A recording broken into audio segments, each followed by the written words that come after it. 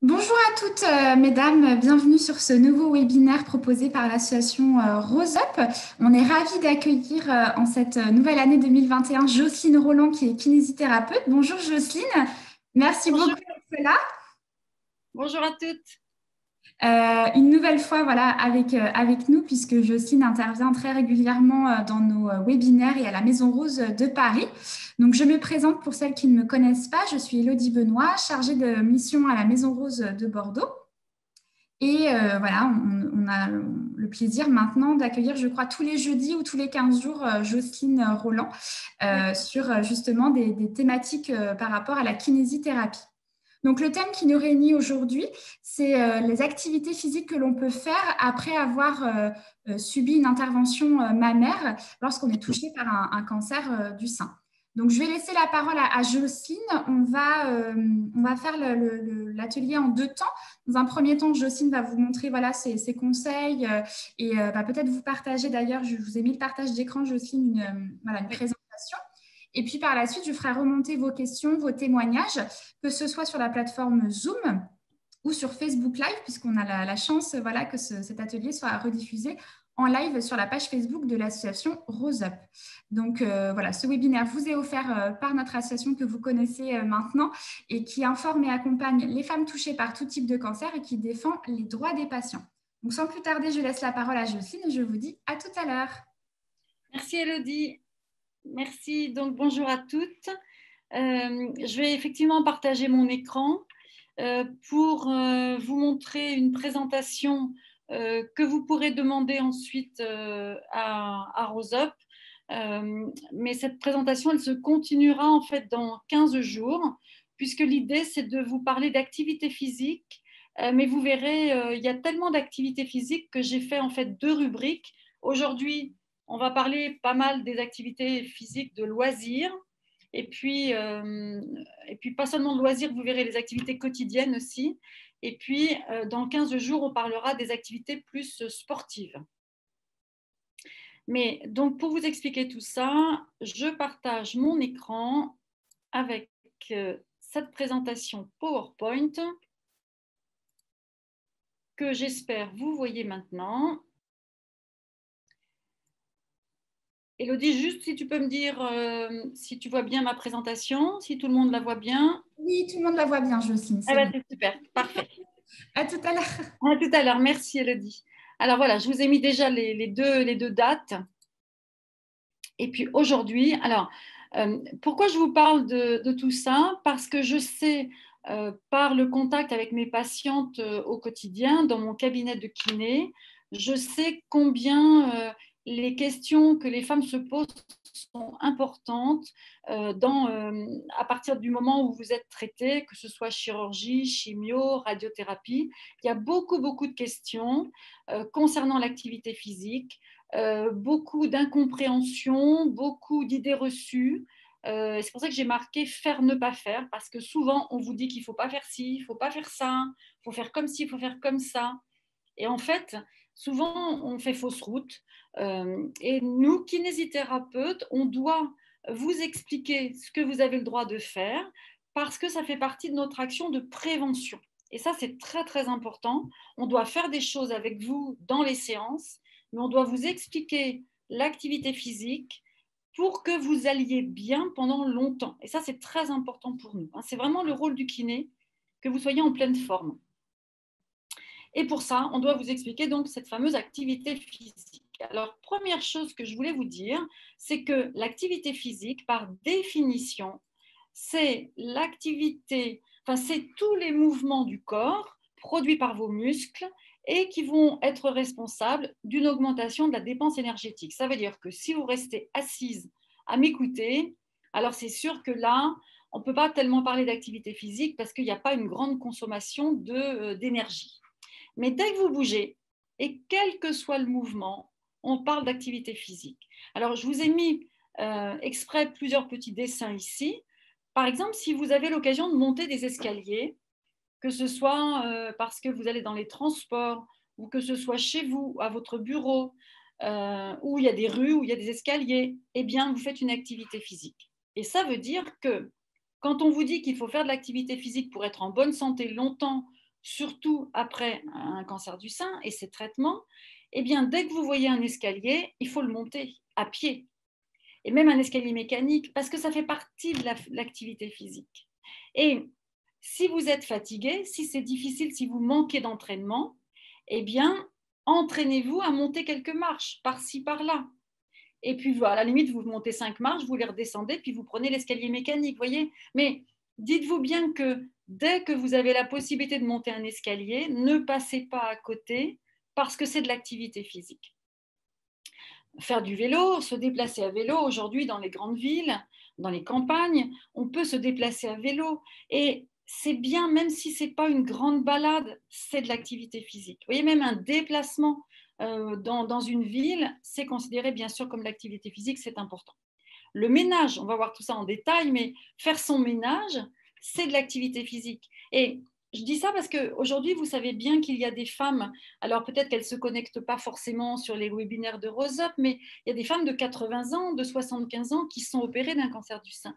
Et en fait, on leur dit, on va vous donner une aide ménagère, vous ne ferez plus rien, on va vous aider. Mais moi, je dis que parfois, c'est bien si on continue à aider cette femme à faire un peu son ménage, à aller faire ses courses avec elle, parce que c'est de l'activité physique et à n'importe quel âge, une femme doit continuer à faire de l'activité physique. Et nous, kinésithérapeutes, on est là aussi pour vous aider à récupérer vos muscles, vos articulations touchées par les traitements pour que vous puissiez faire cette activité physique de ménage, de déplacement, de balade, etc. Alors bien sûr, j'ai mis ici la marche avec des bâtons, la marche nordique, parce qu'en fait, la marche, c'est la plus simple des activités physiques, mais si on peut la rendre encore plus énergétique en utilisant des bâtons, eh bien c'est bien, parce que c'est de l'activité physique, juste pour se déplacer, eh bien on prend nos bâtons, on se fiche pas mal des gens qui nous regardent dans la rue, bon, tant pis, mais au moins on fait notre activité physique. Donc l'idée qu'il faut retenir de ça, c'est que dès que vous bougez, quoi que vous fassiez, c'est de l'activité physique, c'est bon à prendre, parce qu'on va voir qu'il y a une dose d'activité physique à respecter justement pour être en bonne santé. Alors attention, hein, quand je vous dis ça, mesdames, dites-vous bien que c'est valable pour tout le monde. C'est-à-dire que tout le monde, et en particulier toutes les femmes, devraient faire de l'activité physique, devraient bouger au quotidien. Et c'est important de bien comprendre ça, parce que ce n'est pas une punition pour vous, parce que vous avez été opéré du sein, parce que vous avez fait des traitements, c'est tout le monde. Donc, vous pouvez très bien entraîner votre famille autour de vous, vos amis, et dire, allez, on y va tous ensemble, parce que ça fait du bien à tout le monde. Ça, c'est vraiment extrêmement important. Alors, quand on parle de dose d'activité physique, en fait, je vais vous expliquer comment on fait pour calculer et vous pourrez peut-être le faire vous-même chez vous, peut-être pas maintenant parce qu'il va vous manquer un document qui vous donne la liste des activités physiques avec la cotation de ces activités physiques en termes de dépenses énergétiques. Alors, je m'explique. En fait, on s'est dit que toutes les activités physiques n'avaient pas la même valeur parce que toutes ne dépensaient pas autant d'énergie. Par exemple, si vous marchez tranquillement dans la rue, vous ne dépensez pas autant d'énergie que quand vous courez. Ça, vous le comprenez bien. Mais ce n'est pas pour ça que marcher n'a pas de valeur. Donc, on a dit, voilà, on va prendre toute la liste des activités physiques, absolument tout dans la journée. Et on va voir quelle est la consommation d'oxygène qui est attachée à cette activité physique. Et ça a permis de donner une note à chaque activité physique. Et cette note, on appelle ça le MET. En anglais, c'est Metabolic Equivalent of Task. Task, c'est la charge. Donc, en fait, c'est la charge d'équivalence métabolique, c'est-à-dire combien vous consommez d'oxygène pendant cette activité physique. Alors, on se fiche pas mal de la quantité d'oxygène consommée, hein, ça, ce n'est pas la question, c'est ce qui a servi à donner des notes différentes, mais ce que vous devez noter, c'est justement cette valeur. Et on considère qu'il y a 4 groupes d'activités physiques en fonction des MET. On va dire que vous avez une activité faible quand vous êtes entre 1,6 et 3. Par exemple, quand vous êtes assise à m'écouter, vous devez dépenser 1 MET. Donc ça, on n'en tient pas compte parce que sinon, on dirait, bah voilà, je fais mon activité physique en restant assise. Non, ça, c'est pas une bonne idée. Donc, mais quand on est dans une activité faible, on va, par exemple, on bouge un peu chez soi, on est entre 1,6 et 3, et 3, ça commence à être un petit peu la marche à l'extérieur. Modéré, c'est quand on va de 3 à 6 mètres. On verra si vous faites une séance de gym, une séance de pilates, une séance de yoga, on va être dans du 3, du 4, voire du 5 mètres.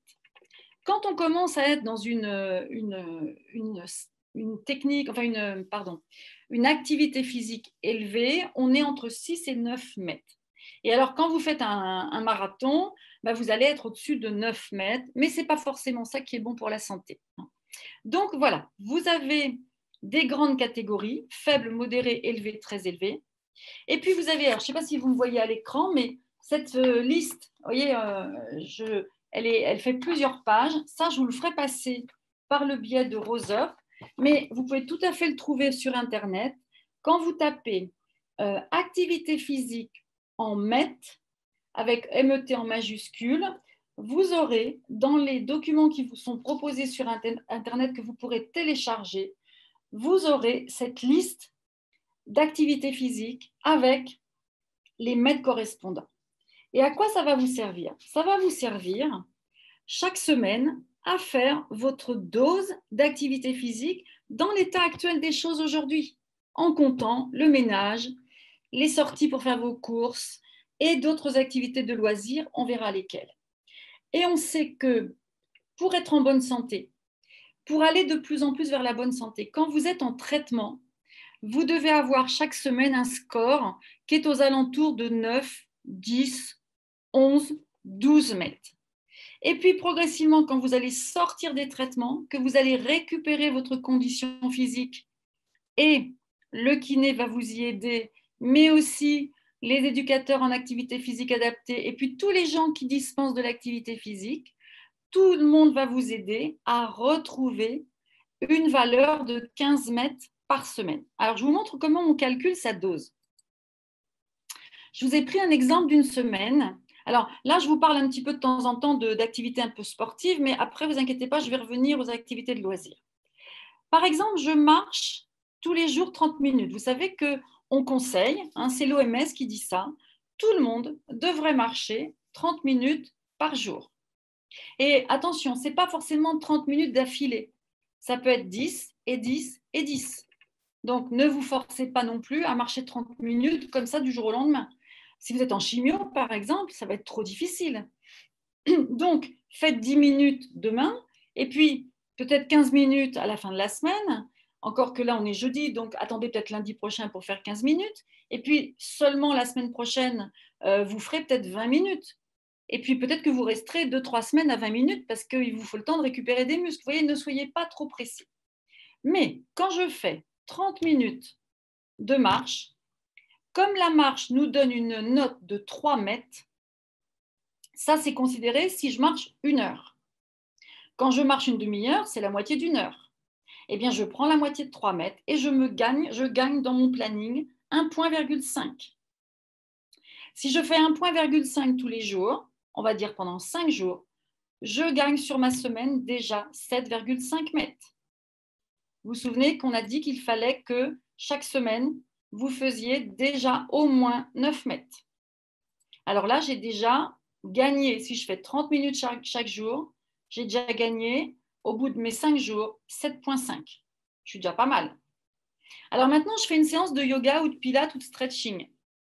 Mais si vous dansez chez vous et que vous mettez tous les jours votre musique et que vous dansez, parce que la danse, ça fait de l'effet, ça fait du bien, c'est gai. Et puis si vous allez faire ça avec différentes applications, il y a plein de choses sur Internet en ce moment qui vous permettent de danser, eh bien, vous allez gagner un peu plus de mètres. Si vous faites une séance entière de yoga ou de pilates ou de stretching, pendant 1 heure, vous gagnez encore 3 mètres. Et si j'ajoute mes 3 mètres à mes 7,5 déjà gagnés par la marche, eh bien ça y est, j'ai déjà mes 10,5. C'est déjà vachement bien. Et puis si le week-end, vous allez faire un petit tour de bicyclette. Alors, j'ai marqué natation, mais bon, en ce moment, natation, à moins d'être au bord de la mer, c'est un peu difficile. Mais la natation, c'est très... on dépense beaucoup d'énergie, c'est très énergétique. Donc, même si vous nagez que 30 minutes, et même en faisant simplement des mouvements de bras dans l'eau, eh bien, vous allez gagner encore des mètres. Vous voyez, c'est comme ça qu'on fait sa dose d'activité physique par semaine. Alors, je vous ai dit qu'on allait parler des activités de loisirs. Alors, vous avez remarqué que je mets le ménage dans les loisirs. Hein. Ce n'est pas très sympa pour les femmes parce que souvent, nous, on fait le ménage, on ne considère pas que c'est un loisir. Mais ce que j'ai voulu distinguer ça de l'activité physique de sport. Alors, je vous redonne un exemple d'activité physique. Vous savez, ça, je vous le montre parfois dans mes webinaires, hein, pour celles qui m'ont déjà écouté. C'est la façon de se lever et de s'asseoir d'une chaise. Moi, je dis souvent à mes patientes, et par exemple, quand elles sont en chimio, souvent elles me disent j'ai mal dans les jambes, j'ai pas de muscles, je me sens faible. Et je leur dis voilà un exercice à faire. À chaque fois que vous vous levez et vous vous asseyez sur une chaise, plutôt que de vous laisser tomber sur la chaise, plutôt que d'appuyer vos mains sur les accoudoirs, quand c'est un fauteuil avec des accoudoirs, eh bien, levez-vous en vous penchant en avant. D'ailleurs, vous pouvez le faire là en m'écoutant. Là, je vais le faire de profil si vous me regardez. Je suis sur mon petit tabouret à mon bureau là et je vais me pencher en avant. Donc, je mets mes mains sur les épaules. Je me penche en avant pour me lever et je me lève vraiment avec la force de mes jambes. Quand je me rassois, je pousse mes fesses en arrière pour aller chercher mon siège et je vais vraiment le faire avec la force de mes jambes. Je ne sais pas si vous êtes en train de le faire, mais essayez. Et vous allez voir que vous allez peut-être sentir que vos muscles des jambes travaillent. Et vous travaillez alors que peut-être que jamais vous vous étiez rendu compte qu'en se levant et en s'asseyant d'une chaise, on pouvait travailler ses jambes. Eh bien, faites-le plusieurs fois dans la journée. Ça veut dire que à chaque fois que vous vous levez et que vous vous asseyez d'une chaise, vous faites travailler vos muscles. Eh bien, vous faites de l'activité physique. Donc, ça vous fait une petite dose en mètres. Alors, sûrement pas grand-chose. Mais ça, réaliser, je ne sais pas moi combien de fois on s'assoit et on se lève d'une chaise dans la journée, mais peut-être 30, 40 fois, ça fait de l'activité physique. Quand vous allez chez le kiné qui vous fait travailler vos bras, ça fait de l'activité physique. Vous voyez, ce que je veux vous faire comprendre, c'est que ne culpabilisez pas si vous n'allez pas faire du sport parce qu'on vous a dit de faire du sport, parce que ça ne vous plaît pas, parce que vous n'en avez pas envie, puis vous n'en avez peut-être jamais fait. Mais tout est bon pour bouger quand même. Et des petites choses comme ça vous rajoutent un peu de dépense énergétique. Et en faisant travailler vos muscles, vous vous reconstituez une masse musculaire qui a souvent été affaiblie par les traitements. Et ça va vous faire du bien pour l'avenir. Vous voyez? Donc, je voulais vous redire ça aussi pour vous rassurer. Tout est activité physique quand on veut s'en donner la peine, par exemple se lever et s'asseoir d'une chaise. Et mes patientes, quand je leur fais faire ça alors qu'elles sont en chimio, elles me disent bah, écoutez, j'ai moins mal aux jambes, on a l'impression que la chimio me fait moins mal dans mes muscles. Ben oui, parce que vous mobilisez vos muscles. Alors, ce que je voulais vous dire dans cette diapo, c'est que dans cette dose qu'on a calculée en mètres, il faut aussi parler en termes de techniques d'activité physique. Alors, il y a ce qu'on appelle l'endurance, c'est par exemple la marche. Et l'endurance, ça aussi, je vous le dis souvent dans les webinaires, mais je vais vous le redire. Quand on vous dit de marcher, on vous dit souvent, il faut faire de la marche rapide. Et moi, je vous dis souvent, voilà bien une formule ridicule qui ne veut rien dire. Parce que rapide, quand vous sortez de chimio, c'est pas possible parce que vous avez été affaibli par la chimio. Rapide quand vous manquez d'entraînement, c'est pas possible. Et donc, souvent, vous vous découragez parce que vous dites, on m'a dit de faire de la marche rapide, je ne peux pas le faire. Alors, ce qu'il faut vous dire, c'est, on veut que vous fassiez une marche avec votre vitesse à vous d'aujourd'hui, avec votre condition physique, mais dans cette façon de marcher, vous devez être capable, tout en marchant, de parler. Mais par contre, si on vous demandait de chanter, ça serait difficile. Autrement dit, si quand vous marchez, vous pouvez ni parler ni chanter, ça, c'est que vous marchez trop vite pour votre cœur, pour votre condition physique. Vous êtes trop essoufflé et c'est pas bon. Ralentissez un peu pour être capable de parler. Maintenant, vous marchez, et vous pouvez parler, mais vous pouvez chanter à tue-tête. Eh bien là, c'est peut-être que vous marchez trop lentement. Donc, ce n'est pas le moment de chanter. Activez-vous un petit peu pour marcher un peu plus vite. Et à ce moment-là, vous arriverez dans votre fréquence cardiaque qui vous permettra de parler mais pas de chanter. Vous voyez, donc c'est ça l'endurance. Ensuite, dans la dose d'activité physique, il faut aussi que vous mettiez un peu de souplesse, c'est-à-dire un peu d'entretien de cette souplesse. Donc, quelques minutes par jour, par exemple un jour sur deux, vous faites des étirements. Ça va rentrer dans une activité physique qui donne une dépense d'énergie. De faire des étirements, ça consomme un peu d'énergie, pas beaucoup, peut-être moins que de marcher, mais quand même. Donc, vous voyez, dans cette dose, il faut savoir ce qu'on met aussi à l'intérieur. Et puis, il faut aussi que dans cette dose, il y ait un petit peu de renforcement musculaire. Et par exemple, alors là, je vais enfoncer une porte parfois un petit peu fermée, il faut soulever des poids. Il faut soulever des poids. Alors, je vous entends d'ici, souvent j'ai déjà vu un petit peu les remarques sur Facebook. Souvent, on vous dit, ne portez pas, ne faites pas ci, ne faites pas ça, ne portez pas plus de 5 kilos. J'adore cette phrase. Là encore, ça ne veut rien dire. Parce que d'abord, 5 kilos pour une femme entraînée, c'est pas lourd. 5 kilos pour un membre supérieur de femme qui n'a pas de muscles, c'est très lourd. Et là, je parle en termes de femmes. Et en termes d'opération, ce qu'il faut que vous fassiez avec votre kiné, c'est qu'il vous réapprenne à soulever des charges progressivement, sans vous faire mal aux muscles. Bien évidemment, sans faire mal aux sutures que le chirurgien a pris soin de recoudre, donc sans faire mal aux cicatrices. Mais ça n'a plus rien à voir aujourd'hui avec les interventions sur le lymphatique, les curages axillaires, les biopsies du ganglion sentinelle. Avant, on disait ça, oui. Avant, on croyait que de soulever des charges allait abîmer votre système lymphatique et créer le gros bras. Maintenant, on sait que ça n'est plus d'actualité. Par contre, attention, si vous faites un effort trop important pour vos muscles aujourd'hui, des muscles qui n'ont pas été réentraînés, oui, il peut y avoir une réaction inflammatoire, oui, il peut y avoir un peu de gonflement, mais c'est parce qu'on aura fait un effort trop difficile pour votre musculature d'aujourd'hui. Donc, ça voudra dire qu'il faut renforcer vos muscles et progressivement, vous pourrez soulever toutes les charges que vous voulez, y compris 5 kilos, voire plus, mais vous aurez soulevé progressivement des charges de plus en plus importantes.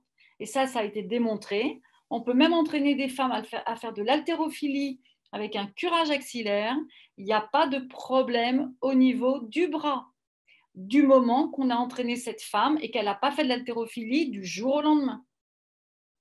Donc, retirez-vous de l'idée les 5 kilos, les pas faire ci, les pas faire ça, et remplacez par l'idée mon kiné va me réentraîner à faire du muscle. Et comme il va me réentraîner à faire du muscle, je pourrais faire des activités que je croyais interdites. Et du coup, dans ces activités de renforcement musculaire, avec des élastiques, avec des charges, je vais pouvoir faire des dépenses énergétiques et je vais pouvoir avoir ma dose recommandée d'activité physique par semaine. Vous voyez, on est vraiment en train de bouleverser les idées reçues, mais attention, pas n'importe comment. Je me rééduque progressivement avec mon kiné, je refais du muscle progressivement. C'est le travail de mon kiné de me faire du muscle, donc des exercices. Alors, on continue. Et maintenant, on va rentrer dans les activités de loisirs. Alors, souvent, le jardinage, on vous dit, oh là là, pas de jardinage, vous allez vous piquer, vous allez vous blesser, vous allez ceci, vous allez cela. Oui, mais à ce moment-là, prenez des précautions, mettez des gants, protégez vos bras. Et puis surtout, l'activité du jardinage, c'est de l'activité physique. Si vous avez envie de jardiner, eh bien, jardinez. Mais faites-le avec des bons gestes, bien préparés par votre kiné et appris progressivement. Quand vous soulevez des plantes parce que vous plantez, vous transplantez, vous rempotez, il faut que vos bras le fassent sans se faire mal.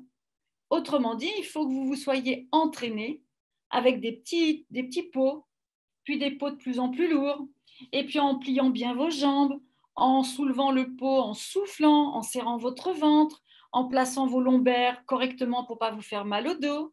Du coup, vos bras travailleront bien aussi, et ça vous fera de l'activité physique. Donc, si c'est ce que vous aimez, le jardinage, eh bien, faites-le. Et si vous avez mal en jardinant, ou si vous avez mal après, parlez-en à votre kiné. Moi, j'ai une patiente comme ça, je dois vous le raconter souvent parce que c'est assez caricatural. C'est une dame qui avait une reconstruction avec une prothèse et sa prothèse et sa reconstruction, c'était très, très raide. Et elle avait un pectoral qui était excessivement raide. Et moi, j'essayais en séance de l'assouplir, son pectoral, sa prothèse, et je lui avais donné des exercices pour se muscler, se redresser et travailler les muscles arrière du dos, donc les antagonistes du pectoral. Pour dire au pectoral, c'est plus vous le chef, hein, c'est maintenant c'est les autres muscles, et donc pour que son pectoral se détende. Du coup, ça lui faisait moins mal. Puis un beau jour, elle arrive un lundi matin et elle me dit, oh là là, qu'est-ce que j'ai mal, qu'est-ce que c'est raide. Je dis, mais qu'est-ce que vous avez fait ce week-end? Et elle me dit, j'ai taillé ma haie.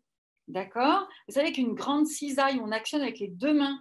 Alors là, c'est typiquement une activité pour le pectoral, hein. Et elle me dit, j'ai fait ça pendant 3 heures. Et elle me dit, j'adore tailler ma haie. Donc ça voulait dire, attention à ce que vous allez me dire, hein. Parce que si vous me dites d'arrêter de tailler ma haie, de toute façon, je le ferai quand même. Alors, qu'est-ce que je lui ai dit? Je lui ai dit, taillez votre haie, j'imagine bien, avec des grands sécateurs, des grandes cisailles.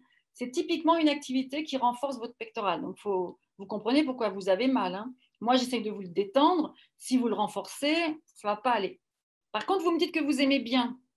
Ok, je vais vous laisser faire. Mais qu'est-ce que vous auriez dû faire pendant les 3 heures? Déjà, peut-être pas faire 3 heures le même jour. Peut-être que la haie, elle pouvait attendre le lendemain pour fractionner le temps passé à couper la haie. Et puis peut-être que si vous vous étiez étiré pendant les 2 heures, c'est-à-dire on s'arrête toutes les demi-heures, et puis on va se mettre contre un mur, on met les bras en chandelier, ou bien on s'allonge dans l'herbe, on fait attention à ne pas se faire piquer dans l'herbe, donc on met un grand tapis dans l'herbe, et puis on fait les étirements qu'on a appris en kiné, eh bien tout va bien. Elle va tailler ça et ça lui fait une dépense énergétique. Du coup, ça lui a fait de l'activité physique, c'est parfait, mais elle ne s'est pas fait mal en faisant son activité physique qu'elle aime tellement faire. Et ça, c'est pareil pour tondre la pelouse. Je ne vais pas vous interdire de passer la tondeuse si vous aimez ça. Mais tondre la pelouse, c'est sacrément physique pour vos bras. Donc, ça veut dire que on vous aura préparé vos bras avec la kinésithérapie à faire différentes activités. On vous aura montré l'antidote de tenir la machine qui vibre et qui n'est pas bonne pour les pectoraux. Ça, c'est sûr, c'est pas bon. Mais comme vous aimez ça, eh bien, je vais vous apprendre à faire ce que j'appelle moi l'antidote, c'est-à-dire il y a un truc qui n'est pas bon, mais au moins vous savez comment pallier les effets secondaires de cette activité pas terrible. Parce que ce qui compte, c'est que vous fassiez de l'activité physique. Et si vous faites votre haie, vous tondez votre pelouse, puis que vous marchez tous les jours, vous avez votre dose d'activité physique. Vous voyez, tout est bon pour faire de l'activité physique. Le ménage, regardez la valeur du ménage. Faire un grand nettoyage chez vous, si vous faites ça pendant 1 heure, c'est quand même 3 ou 4 mètres. Faire votre lit, changer les draps, repasser, c'est de l'activité physique. Alors regardez par exemple l'exemple du repassage. Il y a des patientes qui me disent, mais moi j'ai repassé, mon bras a gonflé. Mais oui, mais parce que vous avez repassé combien de temps? Alors qu'elles sortent à peine de l'intervention. Ah ben, elles ont repassé pendant une bonne heure. Ah oui, mais peut-être que c'est trop tôt parce que vous venez d'être opéré, donc votre bras, il a quand même été blessé par l'opération. C'est-à-dire que le bras, il a été immobilisé pendant l'opération, vous avez eu mal, vous l'avez moins utilisé, vous n'avez pas encore les amplitudes, les muscles se sont affaiblis. Du coup, cette activité physique du repassage, elle est peut-être trop intense pour votre bras. Oui, elle vous apporte des mètres, mais elle est trop intense pour le bras. Donc, il faut d'abord renforcer les muscles du bras, fractionner la durée du repassage, comme un sportif blessé qui reprend progressivement l'entraînement. Il ne va pas faire le match tout de suite parce que le match, il est trop long. Alors, on va le faire jouer un petit peu. Vous, c'est pareil. Votre match repassage, il doit se faire non pas pendant 90 minutes de repassage, mais peut-être 10 minutes, et puis 10 minutes à un autre moment, et puis fractionner, puis faire des étirements. Voilà, c'est ça ce que je vais vous faire passer comme idée. C'est que l'activité physique, oui, pas n'importe laquelle. Il faut que vous ayez votre dose, mais pas n'importe comment, parce que vous avez été blessé. Donc, il faut récupérer progressivement. Et le kiné vous donne des exercices pour que vous récupériez vos activités progressivement, sans vous faire mal au niveau de vos structures, que ce soit les muscles, les tendons ou le système lymphatique. Et tout ça, c'est très, très important. Alors, regardez, par exemple, si vous aimez bricoler, alors bien sûr, vous n'allez pas peindre ou poser du papier peint tous les jours, mais là encore, si vos bras ont été bien rééduqués, vous allez pouvoir poser du papier peint. Il n'y a pas d'inconvénient. Sauf que vous n'allez pas faire toutes les pièces le même jour parce que c'est trop fatigant pour votre bras qui n'a pas encore une bonne condition physique. Pareil, si vous devez peindre, eh bien, arrangez-vous pour ne pas avoir à peindre trop de surface parce que vous allez fatiguer votre bras. Là encore, parce que votre bras n'a pas récupéré ce qu'il était capable de faire avant, mais c'est normal, il a été opéré. Donc, c'est ça qu'il faut bien comprendre. Toute personne opérée, elle va perdre de la condition physique de la région opérée. En plus, vous, parfois, vous avez eu de la radiothérapie, vous avez eu de la chimiothérapie. Et globalement, c'est l'ensemble de votre corps qui a été fatigué et qui a perdu de la condition physique. Simplement, il faut être effectivement patiente et il faut récupérer progressivement. Et ça, c'est le rôle de votre kiné. Alors, j'ai marqué aussi tricoter, coudre à la machine, chanter en chorale. Ça fait partie de l'activité physique. Donc, si vous n'aimez pas le sport, ne vous croyez pas obligé d'aller en faire. C'est vrai que c'est mieux parce que l'activité physique du sport, elle va consommer beaucoup d'énergie. Mais déjà, dans tout ce que vous faites au quotidien, vous faites de l'activité physique et ça n'est pas négligeable. Et déjà, quand vous faites tout ça, réapprenez-vous à le faire en corrigeant votre geste, en choisissant les bons gestes et en parallèle, vous préparez tout ça avec votre kiné. Alors, j'ai mis tricoter parce que j'ai eu l'autre fois une question posée, alors vous verrez, c'est après.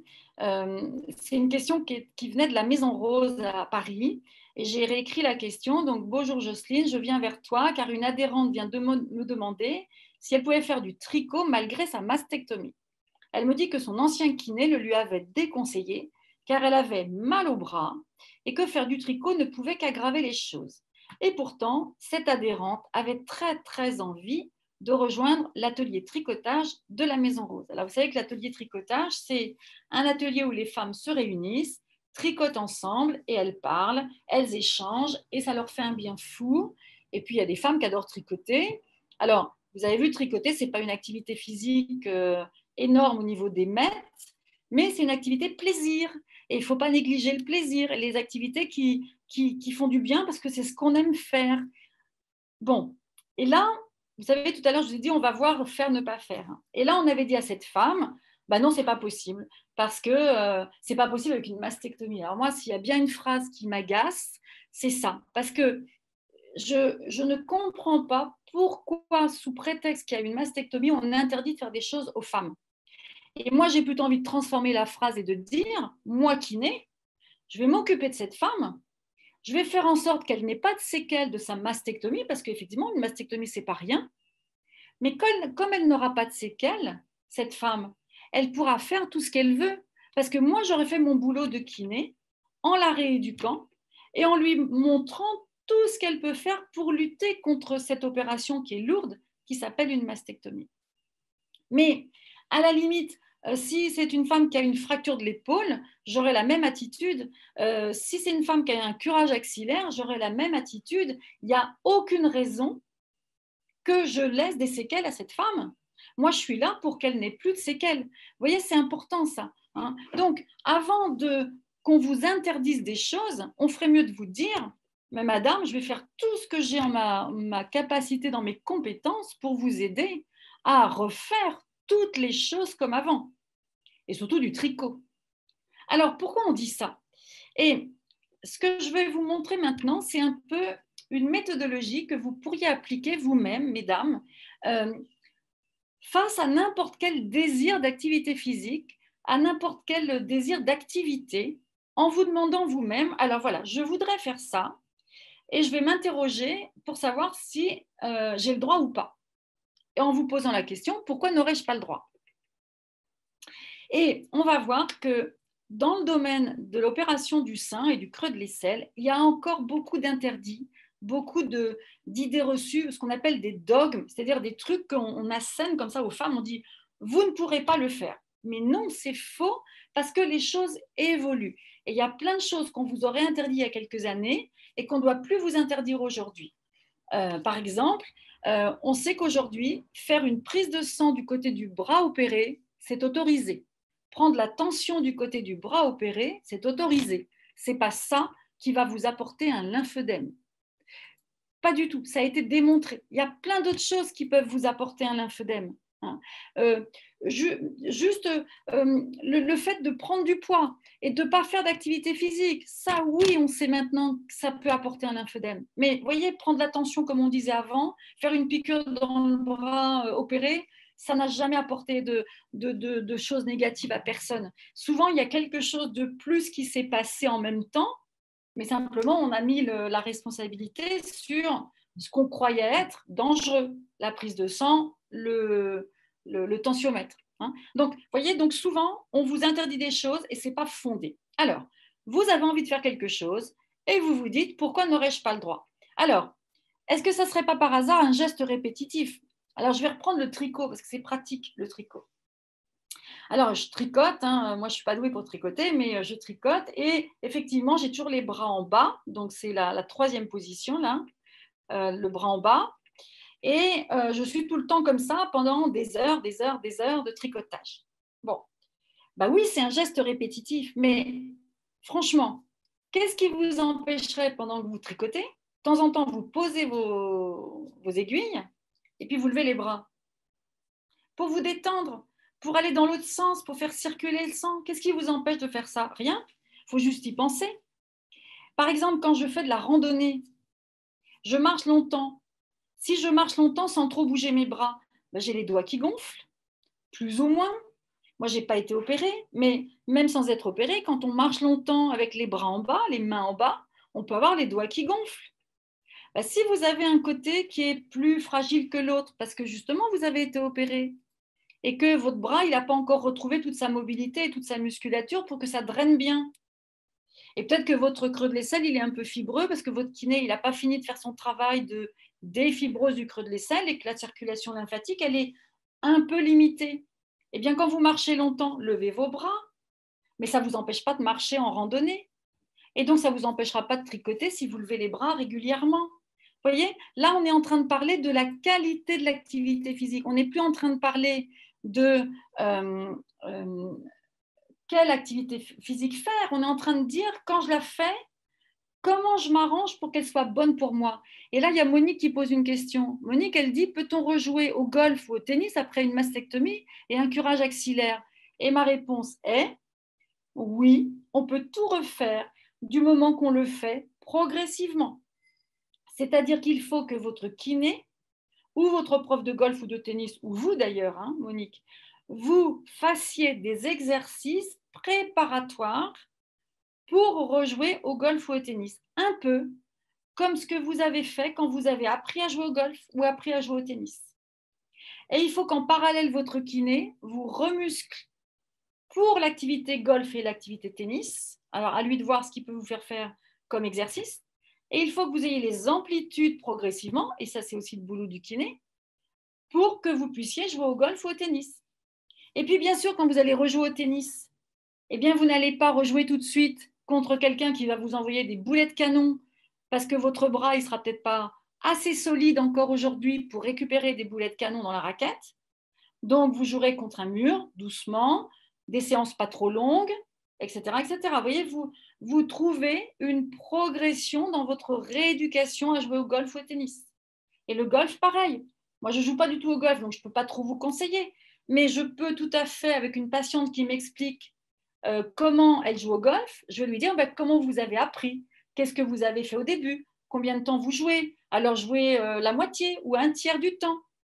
Alors, elle dit, Monique, mais j'ai aussi une capsulite rétractile. Ben oui, ben là, la capsulite rétractile, ça vous a modifié l'amplitude de votre épaule. Alors, peut-être que vous aurez du mal à faire le geste du golf ou du tennis. Mais là aussi, une capsulite rétractile, ça se rééduque pour que petit à petit, vous récupériez votre amplitude. Donc, vous voyez, on va tout faire pour que vous retrouviez tout ce qu'il faut pour faire l'activité. Et si dans votre activité, il y a des choses qui, a priori, ne sont pas terribles, pas très bonnes, on va prendre l'antidote. Donc, si le geste est répétitif, j'entrecoupe mon activité de geste dans l'autre sens. Si j'ai les bras en bas, je lève les bras. Est-ce que mon activité, c'est une activité pectorale? Alors, il faut que je vous explique ce que c'est qu'une activité pectorale, mais je vous l'ai dit tout à l'heure, quand ma patiente me disait « j'ai coupé ma haie ».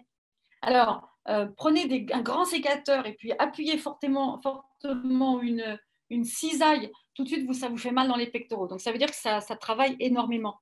Eh bien, dès que vous avez une activité qui est pectorale, ben, il faut vous étirer après. Sinon, effectivement, ça ne va pas aller, ça va vous faire mal. Et puis, ça risque même de faire gonfler votre bras parce que dans la zone ici de l'épaule, il y a des voies lymphatiques. Donc, si vous avez un pectoral qui est dur comme du bois, comme parfois nous, on les voit en kiné, eh bien, c'est sûr que ça va bloquer la bonne circulation. Donc, il faut vous étirer, puis il faut travailler vos muscles du dos. Donc, dès que vous avez une activité pectorale, si vraiment vous voulez la faire, faites-la.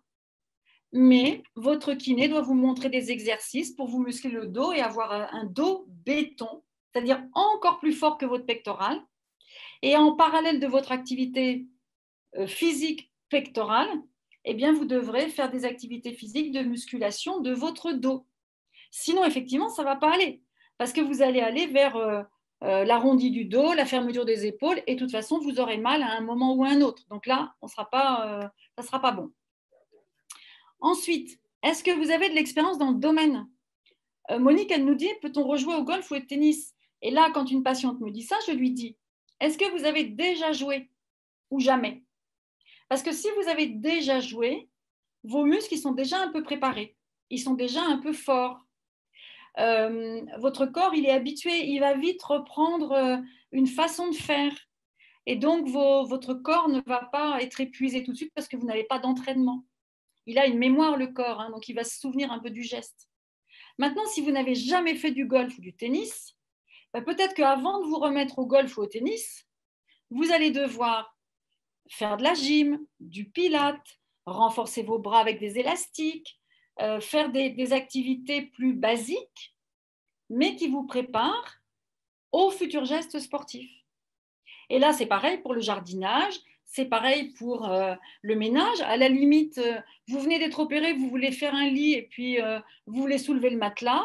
Ben, comme vous venez d'être opéré, que votre bras est faible, c'est peut-être pas maintenant qu'il faut le faire. Il faut attendre un peu de récupérer de la force dans les bras. Vous voyez, c'est la même réflexion. C'est ça que j'aimerais que vous compreniez, c'est cette méthodologie dans votre tête pour réfléchir et puis vous autoriser à faire ce que vous avez envie de faire, mais en connaissance de cause. Alors, Monique dit, toujours Monique qui nous dit, la marche nordique avec des bâtons est bonne pour rééduquer son bras. Oui, en partie, mais ce n'est pas suffisant parce que ce n'est pas assez musclant dans vraiment l'ouverture vers l'arrière du bras et le renforcement des muscles des omoplates. Il y a plus efficace pour renforcer le bras. Hein. Donc, ensuite, vous n'avez pas assez de muscles, eh bien, ça ne tient qu'à nous, kinés, de vous donner à vous, patientes, des exercices pour faire du muscle. Et moi, je dis une chose, parce que vous savez que je suis kiné, donc je me permets de le dire, une bonne séance de kiné, c'est forcément une séance de kiné qui vous parle de muscles. À quel que soit le niveau de votre parcours. Si votre kiné ne vous a pas donné des exercices pour vos muscles, ne vous a pas conseillé d'en faire, ben c'est dommage. Si votre kiné passe son temps à vous drainer, eh ben là, il me manque quelque chose. Je suis désolée de le dire, mais ce n'est pas sérieux. Parce que même si vous avez un bras qui gonfle, il faut faire du muscle. Donc, c'est bien qu'il vous draine, mais dans Facebook, il y avait une dame qui posait une question en disant « je vais chez mon kiné 3 fois par semaine et il me draine, etc. » Peut-être que là, il me manque quelque chose. Combien de fois vous faites des exercices chez vous en parallèle de votre kiné? J'aimerais bien savoir. Et ça, c'est hyper important. Hein. Donc, vous n'avez pas assez de muscles, vous n'avez pas assez d'amplitude, vous avez des douleurs. Ça, c'est le boulot du kiné, de vous faire des choses quand vous êtes en séance avec lui, mais aussi de vous donner des choses à faire à la maison pour vous entretenir. Parce que si vous comptez que sur le kiné, d'abord, il y a un moment, il n'y aura plus de séance. Et de toute façon, c'est vous qui devez vous prendre en charge. Et aujourd'hui, en kiné, ce qu'on apprend, grâce à l'évolution de la science, etc., c'est que ce qui est efficace dans notre action de kiné, c'est ce qu'on fait faire aux patients en dehors de notre présence. Et c'est vraiment ça qui va pérenniser les résultats. Si vous comptez que sur nous, à mon avis, on court à l'échec. Et si votre kiné il rentre dans ce système-là, eh ben, il manque quelque chose. Peut-être qu'il fait ça par habitude, mais ce n'est pas bien. Donc, il faut faire de l'activité physique avec vos bras chez le kiné, avec des élastiques. Et il vous montre comment faire. Et il regarde comment vous faites. Et vous le faites chez vous. Et même si c'est un seul exercice, dans le bon sens, eh bien, c'est parfait. Mais vous le ferez quasiment tous les jours. Et ça sera très bien pour vous. Vous voyez? Donc, tout ça, ce sont des questions que vous vous posez quand vous vous demandez si votre activité est bonne pour vous ou pas. Alors, il y a des activités où il n'y a pas de geste répétitif, ce n'est pas une activité pectorale, le bras, il est en l'air, vous êtes super compétente dans le domaine, vous avez vos muscles, vous avez l'amplitude, vous n'avez pas de douleur, ben allez-y, foncez. Et ça me rappelle, alors c'est donc là vous regarderez, vous aurez la présentation, mais je résume ce que je viens de vous dire. Je me souviens d'une patiente qui est arrivée la première fois. Elle me dit, je suis catastrophée parce que j'ai été opérée du sein et puis je sais que je ne ferai plus jamais de flamenco. Mais je lui dis, mais qu'est-ce que c'est que cette histoire? Qu'est-ce que c'est que cette histoire? Bien sûr que vous pourrez refaire du flamenco, bien évidemment, et je vais même mettre, moi, kiné, un point d'honneur à ce que vous fassiez du flamenco. Parce que le flamenco, c'est pas du sport, mais la danse comme ça, mais c'est très énergétique, donc c'est très bien. Et puis on lève les bras, et puis on bouge le bassin, et puis on se fait des muscles au niveau des jambes, donc c'est presque, on pourrait dire, l'activité idéale après une chirurgie du sein, après une chimio. Vous voyez? Donc, il y a vraiment des activités qui sont très bonnes pour vous, mais bien sûr, si vous recommencez à faire du flamenco, est-ce que vous en avez déjà fait? Alors oui, vous êtes une grande danseuse de flamenco, bah, très bien, mais reprenez doucement quand même. Et si vous n'en avez jamais fait, bah, commencez par apprendre à danser le flamenco, et puis faites peut-être pas une séance d'1 heure, parce que ça va être épuisant. Faites des petites séances. Commencez à danser chez vous, puis après allez voir une prof, et puis expliquez-lui que vous manquez d'entraînement, et que comme vous avez été opéré, en plus du fait de manquer d'expérience et d'entraînement, il faudra y aller doucement. Mais vous referez bien sûr du flamenco. Alors, donc Véronique peut-être, elle dit mastectomie depuis 3 mois, je n'ai eu que des séances de drainage. Vous avez un lymphœdème, Véronique? C'est ça qui serait intéressant à savoir, parce que si vous n'avez pas de lymphœdème du bras, ça ne sert à rien de drainer, hein, c'est du temps perdu. Chez moi, je fais mon ménage, mes courses, je fais de tout, j'arrête quand j'ai mal, ben, c'est bien, mais parce que vous vous donnez vous-même vos limites, c'est très bien. Mais avec une mastectomie depuis 3 mois, vous pourriez faire des séances de renforcement musculaire de vos bras, de votre dos. Et c'est ça qui va vous donner une bonne posture pour longtemps. J'aimerais reprendre ma voiture, mais bien sûr que vous pouvez. Mais c'est pareil, vous n'allez pas conduire 300 km. Et puis, votre voiture, est-ce qu'elle a une direction assistée? Et donc, dans ce cas-là, vos gestes sont doux. Ou bien, est-ce qu'elle a une direction un peu lourde? Et dans ce cas-là, ça va être un travail musculaire. Donc, pour que votre bras soit bien, il faut que peut-être vous ne... Alors, je ne vais pas vous dire de changer de voiture, bien évidemment, hein, mais si la direction est plus lourde, allez-y doucement parce que ça va faire un effort. Mais voilà une bonne raison pour faire du muscle, là encore. Voyez? Et il faut absolument que votre kiné vous fasse faire du muscle. Ça, c'est extrêmement important. Et aujourd'hui, toutes les séances de kiné devraient vous permettre de récupérer votre condition physique et vos muscles. Ça, c'est extrêmement important. Alors, je continue parce que je voudrais qu'on ait le temps de parler, enfin de poser des questions. Je vous ai remis ici, mais c'est une photo que je vous montre souvent et que vous retrouverez. Vous savez que sur ma chaîne YouTube et sur mon Instagram, tout ça, ça s'appelle Jocelyne Roland Kiné.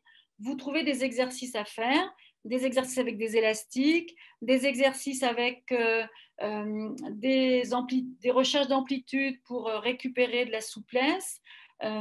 Voilà, donc regardez tout ça et faites-le et parlez-en à votre kiné.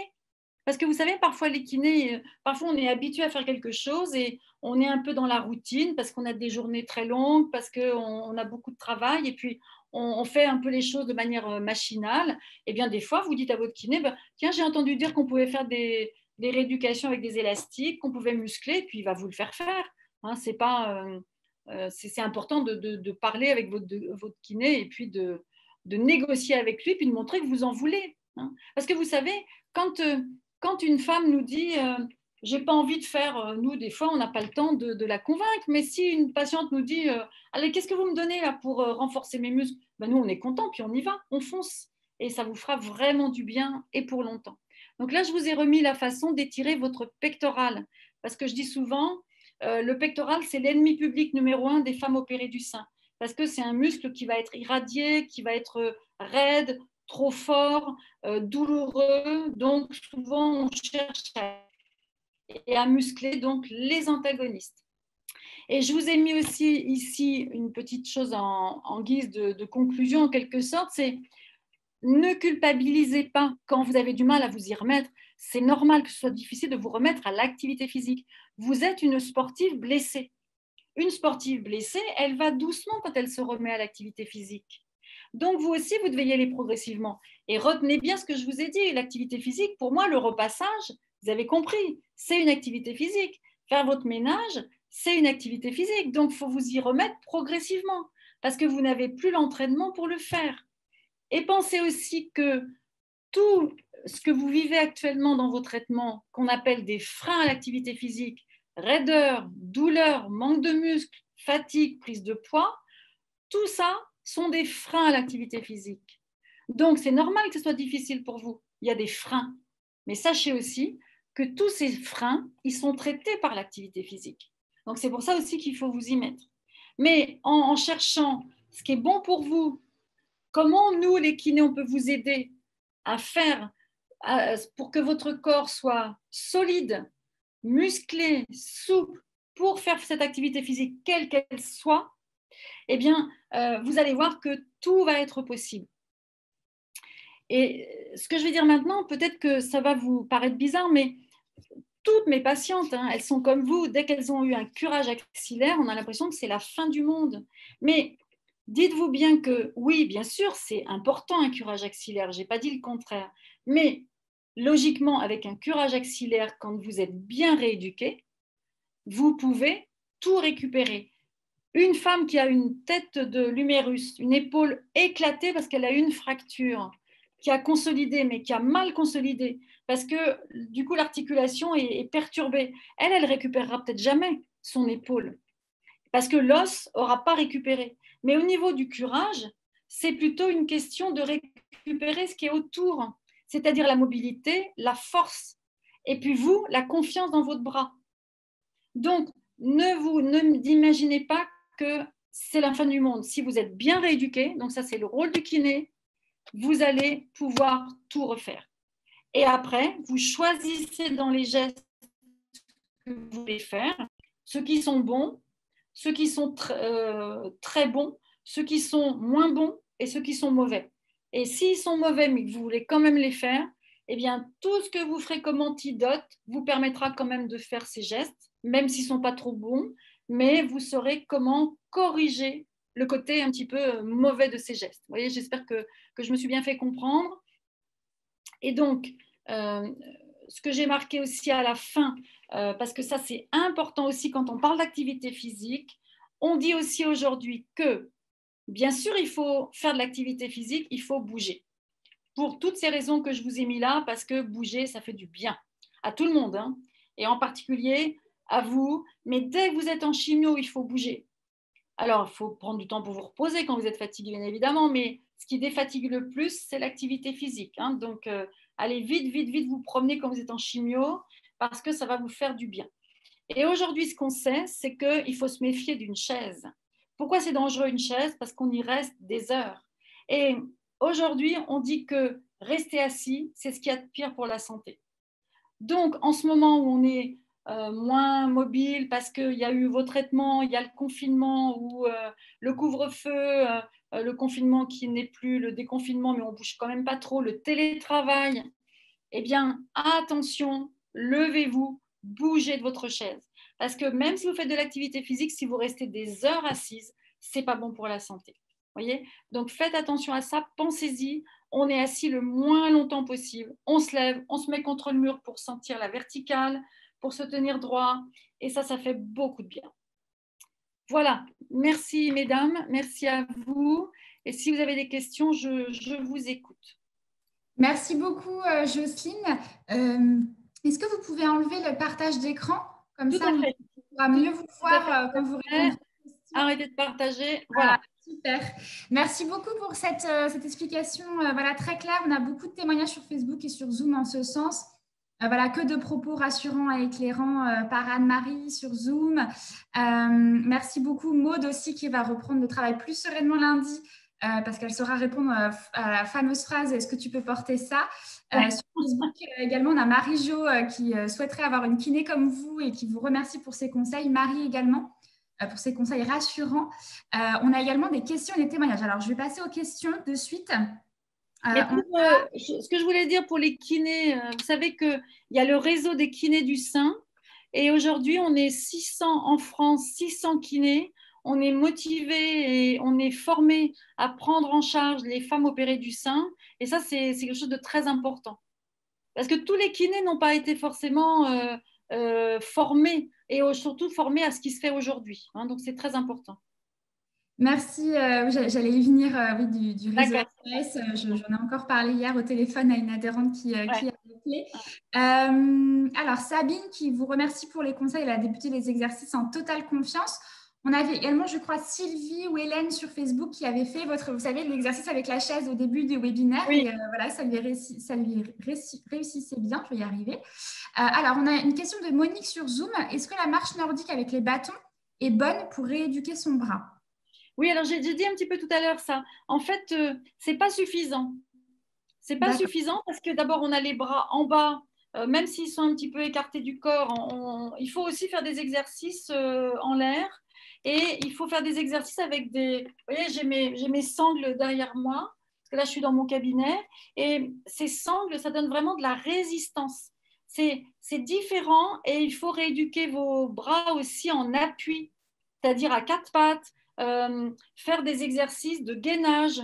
Et ça, c'est très important aussi pour reprendre confiance. Vous avez le droit de mettre le poids de votre corps sur vos bras progressivement, sans vous faire mal. Et donc, ça veut dire que la marche nordique, c'est bien. C'est très bien la marche nordique. Hein. L'endurance, c'est super. C'est pas suffisant pour les bras. Merci Justine. Alors, on a également une nouvelle question de Monique sur Zoom, et peut-être avez-vous répondu tout à l'heure. Est-ce qu'on peut jouer au golf, on peut rejouer au golf ou au tennis après une mastectomie et un curage axillaire? Oui, oui, j'ai répondu tout à l'heure en fait. Hein. L'idée, c'est vraiment, est-ce que j'ai de l'expérience dans ce domaine, du coup mes muscles sont déjà un peu préparés. Si je n'ai pas d'expérience, je veux m'y mettre parce que c'est tout d'un coup un goût que j'ai envie de ça. Il faut que mon kiné me prépare.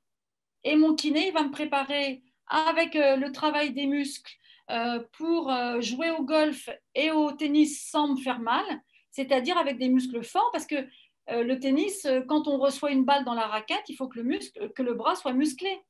Et du jour au lendemain, c'est pas possible.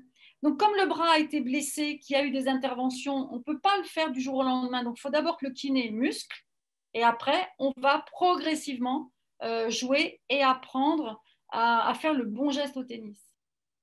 Merci Jocelyne. On a Nathalie qui abonde, vous savez, pour le réseau RKS, réseau kiné Ouais, du sein. Elle est ouais. très satisfaite. Elle est prise en charge par une kiné ou un kiné qui fait partie de ce réseau. Elle a Ouais. récupéré une très grande partie de la mobilité du bras et elle ne s'interdit aucun geste tout en évitant de se faire mal.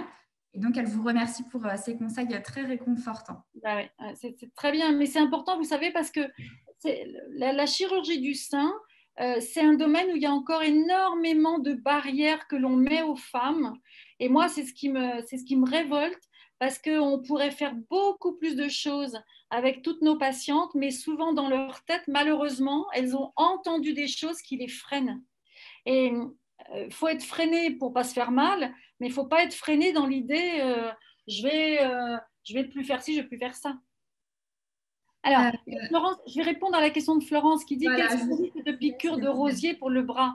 Alors, là encore, euh, si vraiment on vous a retiré les ganglions du bras, ça c'est une question extrêmement importante. Quand on opère des ganglions du creux de l'aisselle, que ce soit un biopsie du ganglion sentinelle ou curage axillaire, les chirurgiens aujourd'hui, ils vont retirer d'abord et en priorité les ganglions qui drainent le sein Et ils vont essayer d'épargner les ganglions qui drainent le bras.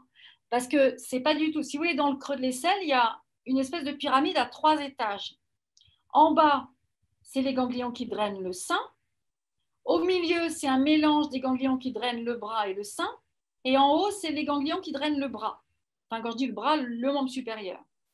Si votre chirurgien, il a fait un curage axillaire, comme on le fait aujourd'hui en France, il a retiré l'étage du bas et la moitié de l'étage du milieu. Et logiquement, il a respecté les ganglions du bras. Logiquement. Donc, il n'y a pas de problème de se piquer avec un rosier, pas plus que n'importe quelle personne qui risque le tétanos en se piquant avec un rosier et de la terre dans son jardin. Si on vous a retiré les ganglions du bras, dans ce cas-là, votre bras, effectivement, il est plus fragile parce que le système lymphatique qui normalement sert à épurer notre organisme des bactéries, des virus, des microbes, là, il manque des voies lymphatiques. Et donc, effectivement, si vous vous piquez, vous risquez d'avoir votre bras qui va gonfler, qui va s'enflammer, qui va avoir plein de petits boutons rouges, ce qu'on appelle un érésipèle. Et c'est pour ça qu'on vous dit, attention, ne soyez pas piqués, etc. Mais ça, c'est, là encore, c'était avant, on disait à toutes les femmes opérées, ne vous faites pas piquer par un rosier, faites attention quand vous jardinez. Puis on s'est rendu compte que ça ne concerne que les femmes qui ont vraiment des curages étendus, qui sont montés très haut dans le creux de l'aisselle et où on a lésé les voies du bras. Mais si, Florence, votre bras, il n'est pas du tout gonflé, qu'il n'y a pas de problème lymphatique, eh bien, vous ne risquez pas plus qu'une autre femme de vous piquer avec un rosier et d'avoir un problème. Vous comprenez? Mais personne ne doit se piquer avec un rosier parce que c'est dangereux, il y a le tétanos. Vous voyez? Non, mais c'est assez important ça. Hein. Florence vous remercie, voilà, c'est très rassurant, c'est beaucoup ce qu'on entend hein, après vos interventions comme témoignages. Je vais revenir sur les questions sur Facebook qui ont été assez nombreuses, mais je vais me concentrer sur voilà, celles qui regroupent un peu les questions. On avait Stéphanie au tout début du webinaire qui demandait est-ce qu'on peut faire de la piscine avec un traitement en chimiothérapie? Ça lui a été déconseillé au vu de la proximité, et je pense qu'elle parle avec la proximité avec les personnes. De toute façon, les piscines sont actuellement fermées, il me semble. Alors, voilà. En fait, là, c'est plus une question de comment on dit, comment je peux dire en fait, quand vous êtes en chimio, vous avez donc le cathéter. Le cathéter, c'est bien sûr, ça se referme à chaque fois entre les 2 séances de chimio, ça se referme, mais il y a un risque d'entrée de germes et parfois les piscines ne sont pas très propres. On va dire ça. Alors, le fait d'aller dans une piscine avec de l'eau où il y a plein de gens qui vont, où il y a tout un tas de microbes, même si bien évidemment c'est désinfecté, c'est le risque. Donc, c'est un risque par rapport au risque d'infection. Mais du point de vue de l'effort physique, il n'y aurait aucune contre-indication, bien au contraire. C'est juste une question d'avoir cette petite ouverture sur le cathéter. Merci, Et aussi, si vous êtes en chimio, il se peut que vous soyez en défense immunitaire très basse. Et dans ce cas-là, là encore, si vous allez dans une piscine et que vous attrapez un microbe et que vos défenses immunitaires ne sont pas bonnes du fait de la chimio, eh bien oui, c'est pour ça qu'on va dire à tout le monde, pas de piscine. Et vous voyez, souvent c'est ça, on dit pas de piscine pendant la chimio. Oui, on a ce raccourci en fait qui... Un raccourci. Et il y a Lola qui dit sur Zoom, suite à la radiothérapie, mon oncologue me déconseille la piscine. Donc il faut lui dire, mais pourquoi? Pendant combien de temps? Et là, c'est pareil. L'eau de la piscine sur une peau irradiée qui est rouge, qui est enflammée, voire brûlée, c'est agressif parce qu'il y a du chlore dans l'eau de la piscine. Donc, on n'y va pas le temps que la peau s'apaise et cicatrise. Mais la peau, on va la traiter, on va mettre des crèmes, on va la faire cicatriser. Et ça vous fera du bien d'aller à la piscine après parce que ça draine, parce que c'est de l'activité physique. Alors, on a Véronique qui pose une question très intéressante sur Zoom et après, il y a également Véronique sur Facebook, donc je vais y revenir. Véronique sur Zoom, elle demande, après une mastectomie, son kiné ne lui fait que du drainage. Est-ce qu'elle peut lui conseiller d'adhérer au réseau RKS, réseau kiné du sein? Alors oui, mais on adhère au RKS que quand on peut justifier d'une formation en scénologie et que on s'engage à se former régulièrement. Donc, oui, elle peut toujours lui parler du RKS, bien évidemment, hein. C'est très bien. Très bien. Alors Lola précise son témoignage. Son oncologue lui a déconseillé la piscine pendant 1 an après la fin de la radiothérapie, car sa peau reste fragile et elle a été bien brûlée. Donc là, effectivement, il y a Ouais. un temps. Mais là encore, moi, alors, il y a toujours, vous voyez, le virgule. Quand une femme veut vraiment aller à la piscine, que c'est son activité physique qu'elle aime faire, alors je lui dis, quand vous partez à la piscine, vous avez bien hydraté votre peau avant. Quand vous allez vous sortir de la piscine, vous allez vous doucher abondamment pour bien nettoyer l'eau de la piscine. Alors, c'est compliqué souvent pour les femmes opérées du sein parce que dans les douches, elles n'ont peut-être pas envie de bien se nettoyer. Vous voyez, elles vont vite se rhabiller pour des questions de pudeur.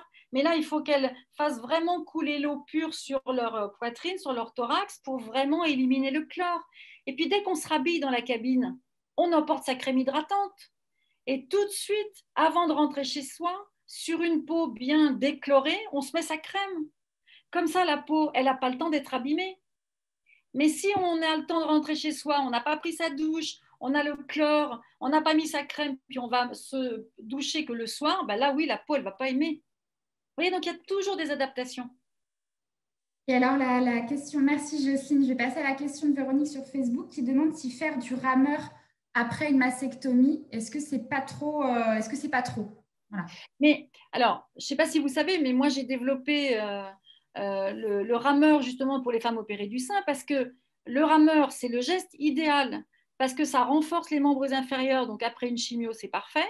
Ça gaine le tronc. Donc, après tout ce que vous avez subi, mesdames, c'est parfait aussi. Et le mouvement du bras, il est dans le bon sens parce que il travaille les muscles du dos et il emporte les bras vers l'arrière. Ensuite, apprendre à faire du rameur, c'est un geste assez précis. Donc, le temps d'apprendre, eh bien, vous avez le temps de renforcer vos bras. On ne fait pas du rameur comme une pro du jour au lendemain. Et j'en profite pour saluer Mylène. Elle comprendra.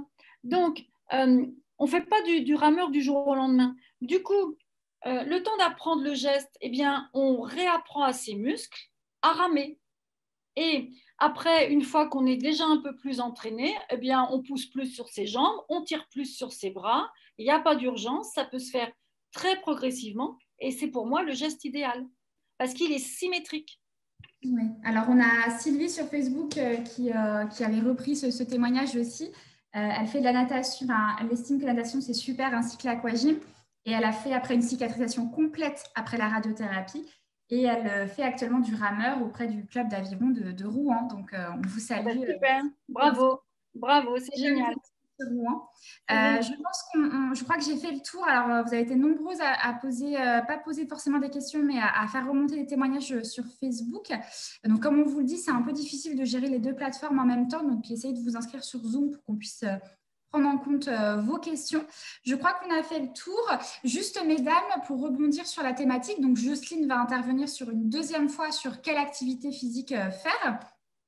Et on a également un forum autour du sport, dont une intervention de Guillaume Coldefy, qui est intervenant, qui est intervenu plusieurs fois déjà, sur les bienfaits de l'activité physique adaptée. Donc, vous pourrez également poser vos questions si vous le souhaitez.